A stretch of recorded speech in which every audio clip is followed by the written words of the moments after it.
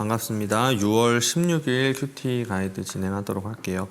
오늘 말씀은 출애굽기 8장 1절에서 15절 말씀인데요. 지난 5월 마지막까지 했던 그 5월 31일까지 했던 출애굽기 말씀에 이어서 오늘 말씀이 진행이 됩니다. 특별히 우리가 출애굽기 계속 묵상하고 있는데요. 이 말씀이 이집트, 애굽 땅에 하나님께서 심판하시는 10가지 재앙으로 심판하시는 그 내용들을 우리가 진행하고 있는데요. 오늘은 그 두 번째 재앙에 대해서 우리가 말씀을 읽어보고 이 말씀 가운데에서 오늘 우리에게 하시는 하나님의 말씀을 한번 들어보기를 원합니다. 내용 관찰은 먼저 해볼 텐데요. 1번입니다. 하나님께서 선포하신 두 번째 재앙은 무엇입니까?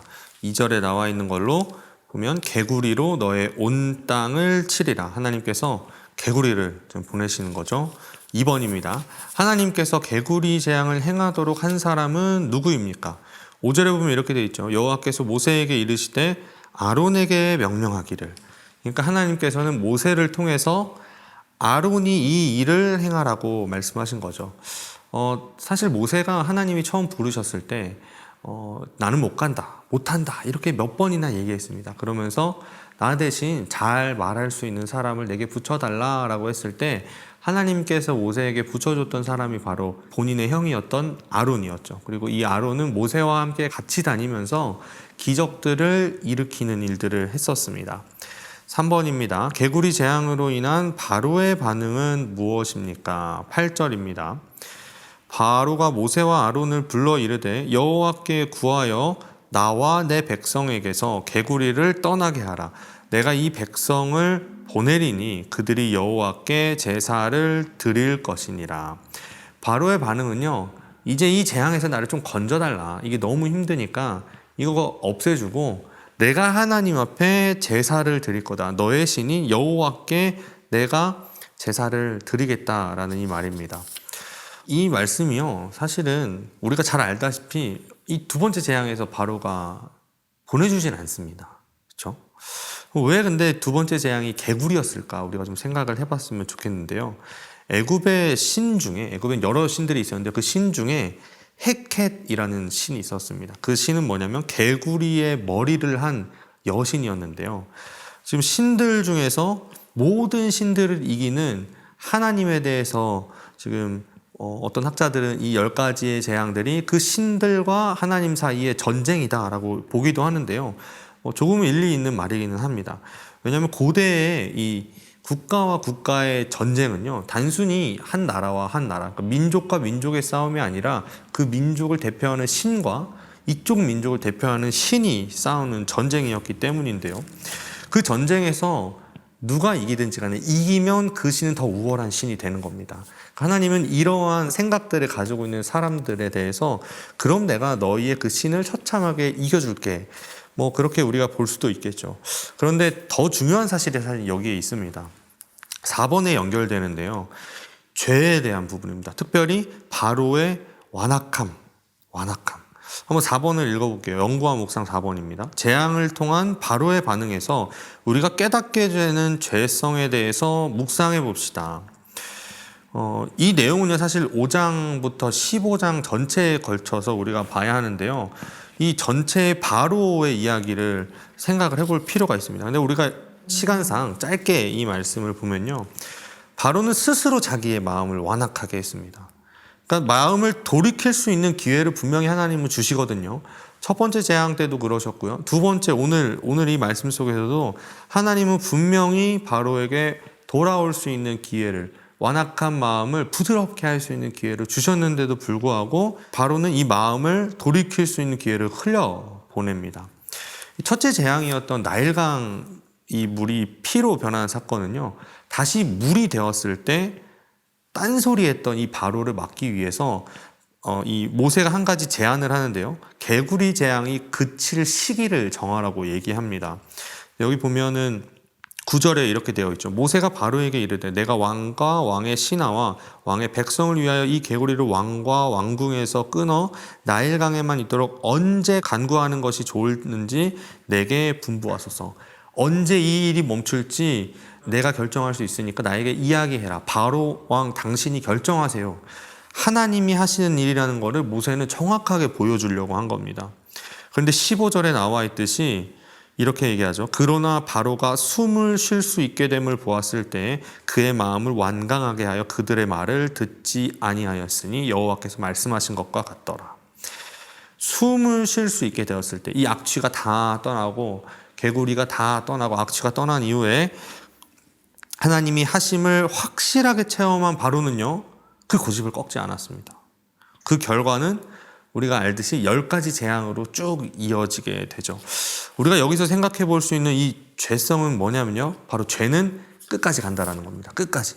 어느 누구도 이 죄를 멈출 수 있는 사람은 없습니다. 그래서요, 폴 워셔라는 목사님은요, 이 죄에 대해서 뭐라고 얘기하냐면요, 첫 번째로 이 죄를 우리가 부딪혔을 때 해야 하는 일은 뭐냐면 고백하는 겁니다. 하나님, 내가 이 죄를 지었습니다. 하나님께서 나에게 이 죄가 죄라고 말씀하시니 내가 죄라고 인정하고 하나님, 내가 죄를 지었습니다 라고 고백하는 겁니다. 그러니까 이런 거죠. 하나님이 저에게 너는 나에게 거짓말을 했어 라고 이야기한다면 하나님, 그렇습니다. 제가 거짓말을 했습니다. 이 거짓말이 하나님이 보시기에 죄였습니다. 하나님, 내가 내 죄를 고백합니다. 이렇게 인정하라는 겁니다. 그리고 두 번째는 뭐냐면요, 그 자리에서 도망치는 겁니다. 어느 누구도 죄와 싸워서 이길 수 없습니다. 여러분, 이렇게 생각해 보시면 좋을 것 같아요. 길을 걸어가다가 독사가 갑자기 튀어나왔습니다. 그럼 여러분, 이 독사와 어떻게 하실래요? 자, 너가 한번 나를 물어볼래? 내가 너를 한번 잘 피해볼게? 이렇게 하시나요? 아마 바로 뒤돌아서 도망갈 겁니다. 제압하지 못하면 죽으니까 도망가야 할 겁니다. 대부분은 다 그럴 거예요. 잘 알듯이 요셉이 그랬죠. 보디발의 아내의 유혹에 요셉은 도망갔습니다. 이 도망감을 보고 우리가 비겁하다라고 얘기할 수 있을까요? 그렇지 않습니다. 죄를 이겨낼 수 있는 방법은 우리에게는 없기 때문에 우리가 할 수 있는 건 고백하거나 도망가는 겁니다. 그렇죠? 한 가지는 회개고 한 가지는 피하는 것이죠. 절대 부끄러운 일이 아닙니다. 그 누구도 이 죄에 맞서 싸울 수가 없습니다. 우리가 본문에서 다시 생각을 해보면요, 이 바로의 완강한 모습은 사실 우리에게도 똑같이 있습니다. 하나님은 분명히 하나님이 미워하시는 모든 것을 죄라고 말씀했는데 그 하나님이 미워하시는 모든 것을 우리는 사랑하는 경향이 있습니다. 그것이 우리에게 달콤함을 주고 아주 즉각적인 반응을 통해서 우리에게 작은 기쁨을 갖다 주기 때문이죠. 그래서 그 기쁨에 취해서 진정한 기쁨, 영원한 기쁨을 우리가 보지 못하게 되는 겁니다. 죄 때문이죠, 죄. 그래서 죄는 끝까지 가는 겁니다. 하나님을 적대시하고 하나님을 바라보지 못하게 하는 게 바로 죄인 것이죠. 마지막 5번째인데요. 삶의 적용입니다. 나의 자랑과 교만의 근거가 되는 것들이 하나님께서 기뻐하지 않는 것이라면 과감하게 버리고 진리 안에서 새롭게 시작할 용기와 노력이 있는지 생각해 봅시다. 이 말씀에서 사실 제일 중요한 부분이 하나 있는데요. 이 말씀뿐만 아니라 10가지 재앙이 쭉쭉쭉 진행되면서 하나님께서 말씀하셨던 것이 있습니다. 그게 뭐냐면요, 여호와인 줄 알리라였습니다. 여호와인 줄 알리라.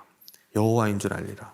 여기 보면 이 말씀 가운데도 이렇게 되어 있는데요. 10절입니다. 그가 이르되 내일이니라. 모세가 이르되 왕의 말씀대로 하여 왕에게 우리 하나님 여호와와 같은 이가 없는 줄을 알게 하리니. 그러니까 이 일을 통해서 하나님이 하시고자 했던 일은요, 내가 유일한 여호와, 내가 하나님이다. 다른 신들은 다 가짜고 이 땅의 모든 만물의 주인 되고 내가 너를 만들었고 가장 너를 잘 알고 있고 이 모든 흥망성쇠가 다 하나님, 나에게 달려있음을 알려주고 싶었던 것입니다. 그러면요, 내 자랑, 내가 여태까지 쌓아왔던 모든 것들, 내 신앙생활도 그렇고요, 내 업적도 그렇고요, 내 직장에서 위치도 그렇고요, 내가 공부했던 것, 내 자녀들, 모든 것이 다 하나님께서 과연 기뻐하시는 일인지 우리가 돌아볼 필요가 있다는 겁니다. 내 인생에서 쌓아온 모든 것들이 정말 100분의 1이라도, 만에 하나라도 하나님이 기뻐하시지 않는 것이라면 과감하게 버릴 수 있어야 됩니다. 한 사람이 결혼을 했는데요, 나는 둘을 사랑해. 한 남자가 이 A라는 여자도 사랑하고 B라는 여자도 사랑한다면 여러분 뭐라고 얘기하시겠습니까? 이걸 진정한 사랑이라고 이야기할 수 있을까요? 하나님과 맘몬이라는 이 재물은 두 개는 같이 섬길 수 없습니다. 한쪽의 실을 잡고 있다면 그거에 대한 마음을 떨치지 못했다는 거죠. 하나님은 질투하시는 하나님이라고 말씀하셨습니다. 하나님임을 알게 하실 때 우리는 그 하나님을 붙잡아야 합니다. 우리 여호와, 하나님 여호와 같은 이가 없는 줄을 알게 하리라. 우리의 인생 가운데 아마 하나님께서는요, 아마도요, 하나님과 같은 분이 없는 줄 알게 하려고 우리의 인생 가운데 여러 가지 일들을 주실 겁니다.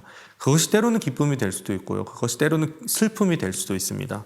그러나 거기에 들어있는 아주 중요한 건요, 하나님께서 기뻐하시지 않는 것이라면 과감하게 버리고 진리로 돌아오라고, 새롭게 시작할 힘을 주시려고 우리를 부르신다는 겁니다.